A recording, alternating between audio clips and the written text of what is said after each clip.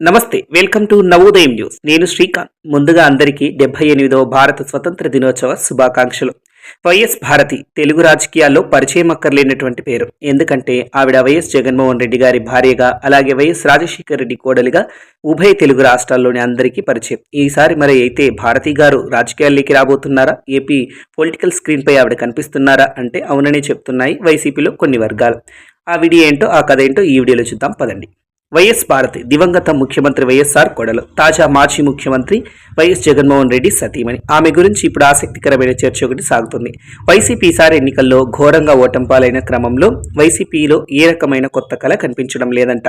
ఈ పరిణామం వల్ల జగన్ తర్వాత వైసీపీలో బలమైన నేతను తీసుకొని రావాలని ప్రయత్నాలు జరుగుతున్నట్లు ప్రచారం సాగుతుంది. వైఎస్ జగన్మోహన్ రెడ్డి ఒక్కరే పార్టీని లీడ్ చేయలేకపోతున్నారు. ఆయనకు తోడుగా నీడగా ఉండడంతో పాటు జనంలో మరో కొత్త ఆకర్షణ ఉండవలసిన నేత కోసం సాగుతున్న అన్వేషణ కాస్త భారతి వద్ద ఆగింది అని అంటున్నారు రాజకీయ విశ్లేషకులు. నిజానికి వైసీపీ ఓటం పాలైన తర్వాత మొదట వైఎస్ విజయమ్మను మళ్లీ పార్టీలోకి తీసుకుని వస్తారని అందరూ అనుకున్నారు. అయితే వైఎస్ విజయమ్మ గత ఎన్నికల వేళ కొడుకు దూరం, కూతురుకు దూరంగా ఉండి ప్రత్యేకంగా ఆవిడ అమెరికా వెళ్లిపోవడం జరిగింది. అయినా కూడా Vijayamma AP Congress PCC chief YS Sharmila వైపు నిలబడ్డారు. దాంతో వైసీపీ క్యాడర్ అంతా ఆమె పైన గుర్రుగా ఉన్నారని వార్తలు కూడా వచ్చాయి. అంతేకాదు వైసీపీకి చెందిన మాజీ మంత్రి పేర్ని నాని, మాజీ ఎమ్మెల్యే కేతిరెడ్డి వెంకటరామరెడ్డి వంటి వారు కూడా తల్లి చెల్లెల వల్లనే పార్టీ దారుణంగా దెబ్బతిందని కామెంట్స్ కూడా చేశారు. దాంతోపాటు వైఎస్ఆర్ కుటుంబంలో గ్యాప్ అలాగే కంటిన్యూ అవుతుంది. ఎన్నికలు ముగిసి వైసీపీ ఓటం పాలైన కుటుంబంలో సర్దుబాట్లయితే లేవు. వైఎస్ జగన్ ఒంటరి పోరాటమే చేస్తున్నారు అని అంటున్నారు రాజకీయ విశ్లేషకులు. దాంతో వైసీపీలో ఇప్పుడు కొత్త చర్చకు తెరలేచింది. వైఎస్ భారతిని తీసుకురావాలని వైఎస్ జగన్మోహన్ రెడ్డి ఒక నిర్ణయానికి వచ్చినట్లు రాజకీయ వర్గాల్లో ఒక విశ్లేషణ జరుగుతోంది. వైఎస్ భారతి త్వరలో ఏపీ పొలిటికల్ స్క్రీన్ పై కనిపిస్తారని, ఆంధ్ర రాజకీయాల్లో అరంగేట్రం చేస్తారని, ఈ మేరకు వైఎస్ జగన్ దగ్గర నుండి మరింత తగిన విధంగా ఆమె పొలిటికల్ అరంగేట్రానికి ప్లాన్ ఫారాన్ని తయారు చేస్తున్నారని అంటున్నారు వైసీపీలో కొంతమంది వర్గం నేతలు. మరోవైపు చూస్తే కనుక వైఎస్ఆర్ ఫ్యామిలీ కోడలు అయిన భారతికి రాజకీయాలైతే కొత్త ఏం కాదు. ఆమె కడప ఎన్నికల వేళ గతంలో మామ వైఎస్ఆర్ కోసం, ఆ తర్వాత భర్త వైఎస్ జగన్ కోసం ఎన్నికల ప్రచారం నిర్వహిస్తూ వచ్చారు. ఇప్పుడు ఆమె ఏపీ వ్యాప్తంగా వైసీపీ కీలక నేతగా పరిచయం కాబోతున్నారని అంటున్నాయి రాజకీయ వర్గాలు. వైసీపీలో చూస్తే మహిళా నేతల కొరత ఉంది. గతంలో YS Sharmila, YS Vijayamma YCP తరపున విస్తృతంగా ప్రచారం చేసేవారు. ఆ విధంగా మహిళా ఓటు బ్యాంక్ని ఆకర్షించింది వైసీపీ పార్టీ. కానీ 2024 ఎన్నికల్లో వైఎస్ జగన్ ఒక్కరే ప్రచారం చేశారు. మహిళల కోసం సంక్షేమ పథకాలు వైసీపీ ఎన్నో అమలు చేసినా దానికంటే డబుల్ ఇస్తామని టీడీపీ కూటమి చెప్పడంతో జనాలు ఆ వైపు మళ్లిపోయారు.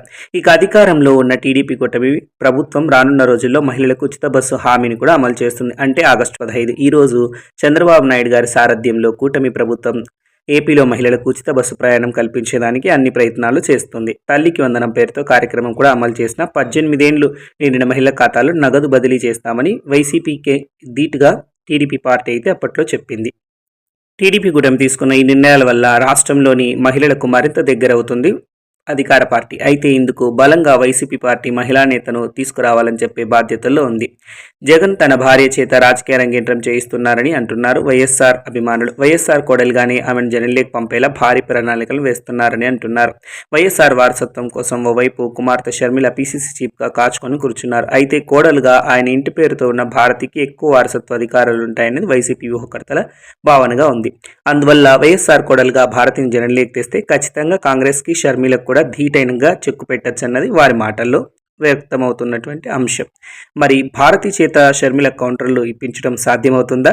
వైసీపీ అధినేత చేస్తున్న ఈ ప్రయోగం ఫలిస్తుందా? అనుకున్నది అనుకున్నట్లుగా జరిగితే మాత్రం వైఎస్ భారతి రాజకీయ రంగేట్రం కొత్త ఏడాది అంటే 2025 జనవరిలో జరగవచ్చు అని అంటున్నారు. గతంలో వైఎస్ భారతి రాజకీయ ప్రవేశానికి షర్మిల రూపంలో అడ్డు ఉందని, ఇప్పుడు అలాంటి పోటీ కూడా లేదని, ఇదే మంచుతనం అని కూడా భావిస్తున్నారంట వైసీపీ అధినేత. వైఎస్ భారతి రాజకీయ రంగేట్రం అదిరిపోయే రేంజ్లో ఉండేలా చర్యలు తీసుకుంటున్నట్లు తెలుస్తుంది. ఆమెను జనంలోకి ఎప్పటికప్పుడు పంపిస్తూ ఏపీలో ఉన్నటువంటి ప్రతిపక్ష ప్రధాన పాత్ర పోషించాలనుకున్న కాంగ్రెస్ కు చెక్ పెట్టే వ్యూహంలో జగన్ ఉన్నట్లు తెలుస్తుంది. 2024 ఎన్నికల్లో ఏపీ వ్యాప్తంగా వైఎస్ఆర్ కుటుంబం మట్టి కొట్టుకొని పోయిందని చెప్పొచ్చు. అంటే ఆ పార్టీ చాలా దారుణ ఓటమి చవిచూసింది. ఆంధ్రప్రదేశ్ ప్రజలు ఇక వైఎస్ఆర్ కాంగ్రెస్ పార్టీ అలాగే వైసీపీ కుటుంబాలను కూడా మర్చిపోయారన్నది టీడీపీ పార్టీ చేస్తున్నటువంటి వాదన. మరి చూడాలి వైఎస్ భారతి ఏపీ రాజకీయాల్లోకి వస్తే ఎటువంటి పరిణామాలు చోటు చేసుకోబోతుంటాయి. అలాగే షర్మిలకు వైఎస్ భారతి పోటీ ఇవ్వగలరా? వాగ్ధాటి ఎంతో ప్రజా ఆకర్షణ కలిగిన షర్మిలను ఢీకొట్టడం భారతికి సాధ్యమవుతుందా? చూడాలి మరి ముందు రాజకీయాల్లో ఏం జరగబోతుందో. మీకు ఈ వీడియో నచ్చినట్లయితే లైక్ చేయండి, షేర్ చేయండి, సబ్స్క్రైబ్ చేసుకోండి. నమస్తే, జై హింద్, జై ఆంధ్రప్రదేశ్.